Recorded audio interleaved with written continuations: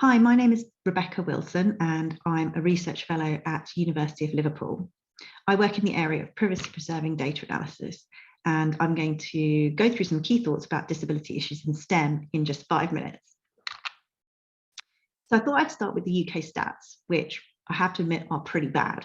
I basically put everything into this table to show things side by side, and what you can see straight away is this huge disconnect in terms of disability representation. In terms of baseline, in the UK, in terms of the working age population, that's age 16 to 64, around 20% of people identify as being disabled.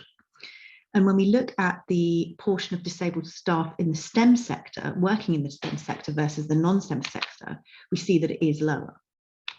And when we start looking at different subsectors that actually have data available, most of them show that they only have around 5% of staff that identify as disabled.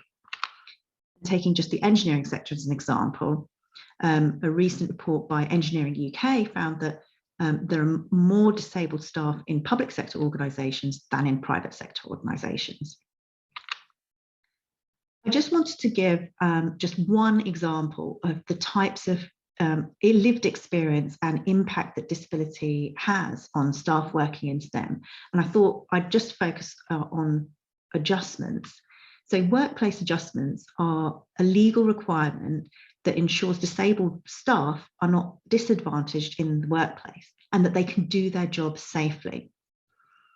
And really this image here from Despicable Me Too really encapsulates what it's like when you're trying to get workplace adjustments in place, and also how you feel when you're trying to work without adjustments in place. A recent BMA survey of disabled doctors and medical students found that just 55% of respondents actually had already secured what they need in terms of adjustments. My own experience is that it can take multiple years to get all adjustments in place. And while you're trying to work without all adjustments, it means that disabled staff may not be able to do their job at all, or that they'd only be able to do small parts of their job. A disabled staff member without all their adjustments in place to support them is a bit like hiring someone and not giving that new hire an office, computer, internet access, or an email address, while giving all the other employees all of those items to do their job. And it's expecting that employee to meet the same performance criteria to be able to make the same amount of sales or meet the same amount of clients or deliver on the same number of products designed, etc., reports written and things like that, that staff that have access to those tools also do. And the impact, much like for disabled staff without adjustments, whether that staff member without those tools in place is unlikely to be able to retain their job because they may lose their job for poor performance. They may be unable to progress or even have a career in their chosen sector, and they will not be a competitive candidate for promotion into positions, for example, of leadership. And that is really the ultimate impact, and it helps explain why there are so few disabled people in leadership positions in any sector. In academia, it's just 3% of staff at professorial grade or higher that identify as being disabled. And when you say this out aloud, it is a complete and utter nonsense. And this is the everyday reality of disabled people working in any sector. Awareness of these disability-related issues are relevant to every single person in the workforce. You will already be working with, line managing, or perhaps even you are already managed by disabled colleagues, and disabled people also make up your clients. So positive actions, what can we actually do to make things change? So I've been lobbying in my sector, and I use opportunities like this to promote positive actions in other sectors. Fundamentally, we just need to be able, we need more organisations to collate and publish and be transparent about their demographic information, particularly around disability, alongside gender, age, ethnicity, etc. And what this will do is give us a baseline. There will be less unknowns than there are now. And what we can use this data for is to increase the diversity based on these baselines, moving towards becoming more representative of the population. As individuals, we all have a responsibility, as I put it, to call out the nonsense. Be more like Gender Pay Gap Bot on Twitter This month, Gender Pay Gap Bot on Twitter reported the gender pay gap of all organisations that were fanfaring the women in their organisations as part of International Women's Day. And some of these had very, very, very poor gender pay equality metrics. And so this was a great way to call it out. And as you can see, a lot of organisations revoked their tweets. We've already identified the barriers and challenges to disabled staff in STEM. We've known about these for decades, basically, and it is the 21st century, and now is the time to remove them.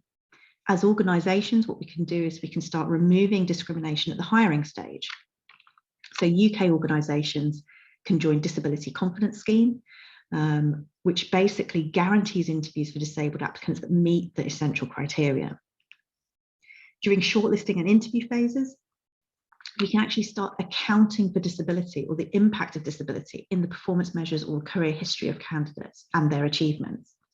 We can do this in the same way that we do for applicants that have taken a career break, that have taken sick leave, or perhaps have moved into a different sector and back into the sector they're now applying in. From personal experience, on interview panels that I've sat on, I have never been told whether a candidate identifies as disabled. And so I myself have never been able to take account for the impact of disability in any of those candidates. We can remove discrimination at the promotion stage, basically by doing the same thing, accounting for disability and performance criteria. And this will be basically this will have a huge impact by providing a mechanism for disabled people to be assessed much more fairly when in promotion rounds and actually have the opportunity to be promoted to positions of leadership. Organisations can also hold inclusive recruitment and promotion rounds for just disabled staff. And I always get feedback that we're not allowed to positively discriminate, but we already have in academia fellowships only for women, only for women applicants. We have studentships and fellowships for only BAME applicants. There is no equivalent for disabled staff or students. And finally, organisations can actually value and credit diversity building activities. Fund disabled staff networks in the organisation, don't allow them to operate on a voluntary basis, pay the people to actually run them.